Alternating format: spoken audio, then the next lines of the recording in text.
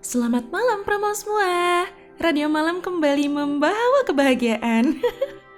Hari ini Mimin ada film yang seru lagi nih buat kalian tonton. Kalian mau lihat Megalontong versi Chinese nggak? Nih Mimin kasih nih. Judulnya Megalodon Returns. Filmnya nyeritain tentang sekelompok ilmuwan yang mau mencoba eksperimen terobosan baru ke ikan-ikan di laut. Wah, eksperimen apa nih ya kira-kira? Ya udah, biar nggak lama-lama, nanti karakter-karakter pemainnya Mimin kenalin sambil berjalan aja ya Pramal. Nah sekarang, sebelum lanjut ke alur cerita lengkapnya, boleh dong klik tombol subscribe-nya dulu, gratis kok. Kalau udah, yuk langsung aja kita ke alur ceritanya. Scene-nya ini dibuka di Pasifik Barat tahun 2035 nih Pramal. Di kilatan cahaya, kelihatan ada apa itu gede banget di bawah kapal kargonya.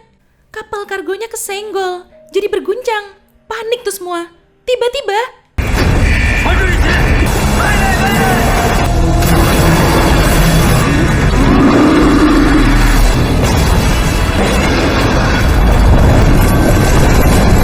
nongol monster hiu, langsung nyaplok kapal kargonya. Waduh, itu setelah nyerang kapal kargo, monster hiu itu juga nyerang jembatan loh.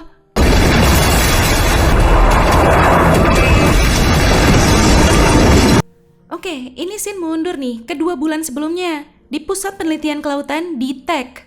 Pegawai ini lagi mau ngasih makan bayi-bayi hiu yang lagi dibudidaya di situ. Tiba-tiba ada hiu yang cukup gede lompat langsung nyaplok si pegawai itu. Sumpah aneh banget, harusnya masih pada bayi-bayi semua kan? Nah ini scene pindah lagi. Jaen dari gabungan khusus kelautan lagi disandera nih. Dia mau nangkep bandit-bandit ini yang kerjaannya ilegal nangkepin paus-paus.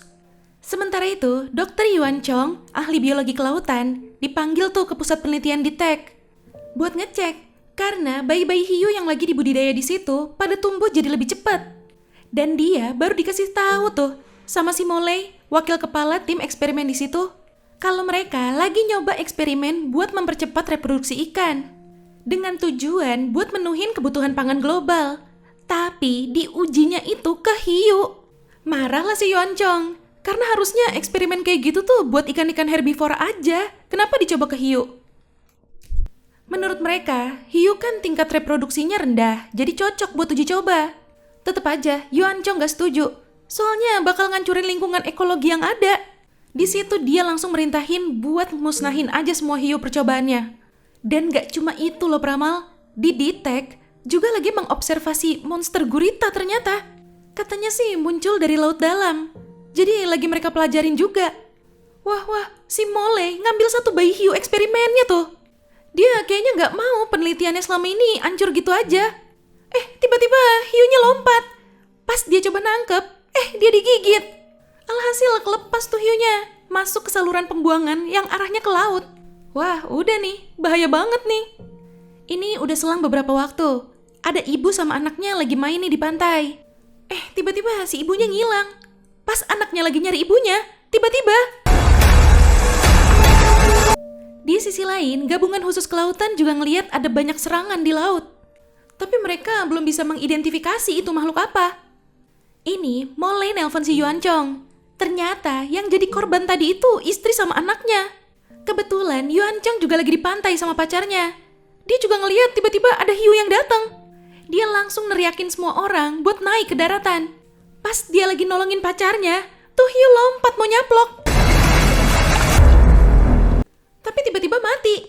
Taunya ada si Jaen yang nembak tuh hiu. Jaen nanya ke si Yuan Chong, sebenarnya ada apa? Kok jadi banyak serangan hiu gini? Yuan Chong tiba-tiba langsung keinget sama eksperimen itu. Ini gabungan khusus kelautan berhasil nemuin monster hiu yang selama ini bikin onar di laut. Berarti itu tuh hiu eksperimen yang lepas itu ya? Udah jadi segede dan seganas itu. Direktur mah merintahin kapal selam buat nyerang monster hiunya. Gak lama, si Yuan Chong sama Jaen datang. Yuan Chong ngasih tahu jangan gegabah. Dijelasin deh tuh sama Yuan Chong kalau hiu itu tuh hiu mutan hasil eksperimen. Jadi biar gak sia-sia, lebih baik cari kelemahannya tuh monster hiu dulu, baru serang. Dari situ mereka lanjut mau nemuin si Molei, tapi dia gak ada di rumah. Tiba-tiba si Yuan Chong lemes. Ternyata tuh dia lagi sakit. Kadar gulanya rendah, jadi harus ngemut permen dulu buat naikin gula darahnya. Itu mereka ngeliat ada tabletnya si Molly. Ada video yang Molly bikin. Di video itu, dia bener-bener nyesel, ngerasa bersalah. Dan sebagai bentuk pertanggungjawaban, dia nyerahin semua data penelitiannya yang ada di tablet itu. Tapi, karena buat ngebuka datanya itu lama, Dokter Ma gak mau nunda lagi. Dia tetap mau ngerahin kapal selam robotnya buat musnahin hiu-hiu mutan yang ada di laut. Dan bentuknya emang sengaja dibikin mirip sama hiu asli.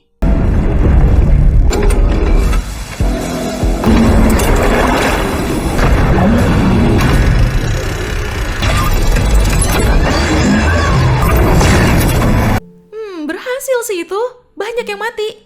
Tapi tiba-tiba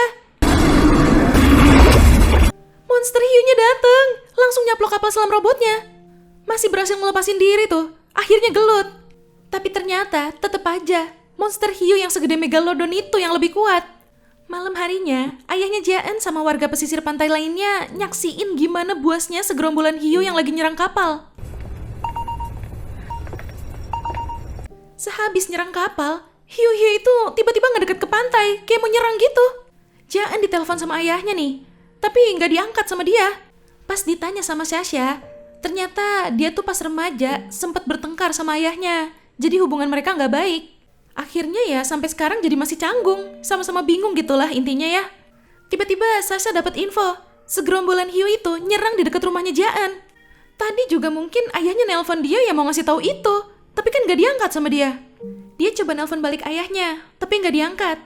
Ini semua diminta kumpul di aula. Direktur Ma mau nyampein rencana selanjutnya.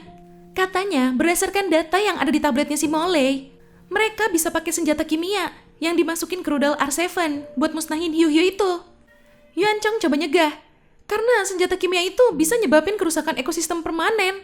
Tapi lagi-lagi si Direktur Ma tetap nekat mau lanjut pakai rencana itu. Ini semua lagi bersiap nih, di Selat Parot. Gak lama, datang nih segerombolan hiu, plus monster hiunya. Tapi, hiu-hiunya mecah jadi 3 gerombolan, sedangkan rudalnya cuma ada 1. Akhirnya terpaksa ditunda, karena harus nunggu kiriman rudalnya dulu kan. Perakitannya itu di Eropa, paling nggak butuh waktu 48 jam buat sampai sini. Yuan Chong sama Jaen jadi dapat peluang nih buat nyiapin rencana lain yang lebih efektif. Ini, si Jaen dapat kabar, katanya ayahnya hilang. Panik tuh dia. Jaen langsung pulang ke kampung halamannya, ditemenin sama Yuan Chong. Dia berhasil nemuin ayahnya tuh. Tapi, dia lihat ada hiu-hiu yang deket. Jaen nekat dong. Dia berenang ke perahu ayahnya.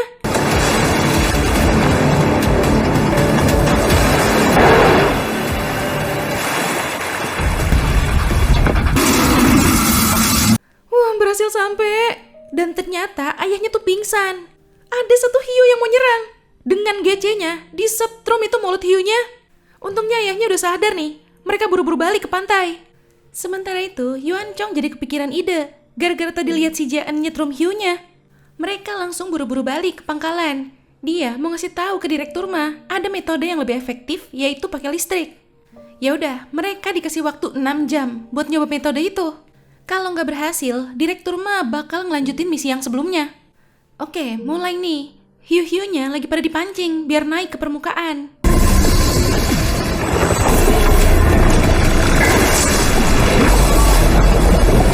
Tapi tiba-tiba alatnya mati, dayanya kurang.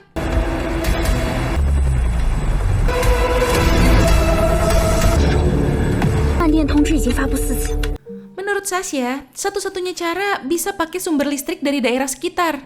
Ya udah, Yuan Chong minta disiarin nih buat minta izin minjem listrik ke semua warga. Dan warga pada setuju. Pada matiin listrik mereka masing-masing dulu sementara. Nah, mantep, udah keisi nih 100% lagi dayanya. Begitu hiu-hiunya udah pada di permukaan, Jaen ngasih komando buat nembakin hiu-hiunya.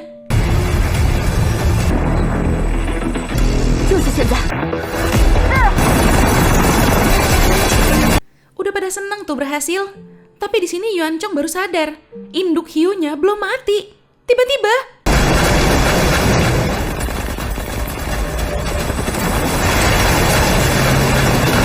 nongol tuh monster hiu, ngamuk mau nyerang mereka semua.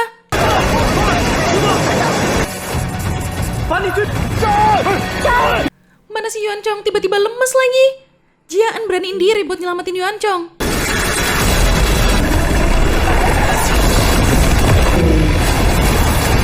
monster hiu tiba-tiba berhenti. Kayak ada yang nahan gitu.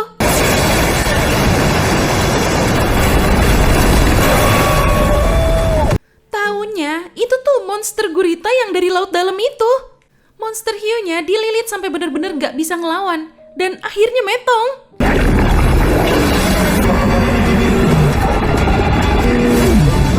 Di akhir scene, Direktur Ma pensiun dari jabatannya.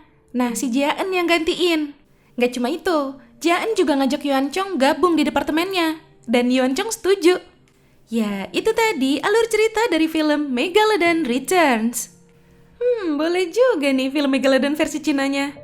Tapi di film ini Megalodonnya Megalodon hasil eksperimen ya, bukan Megalodon purba. Oh iya, gimana Pramal? Seru nggak nih menurut kalian? Komen di bawah ya. Oke Pramal, jangan lupa ya follow Instagram kita @radiomalam.id. Sampai jumpa di ulasan alur cerita selanjutnya. Selamat malam.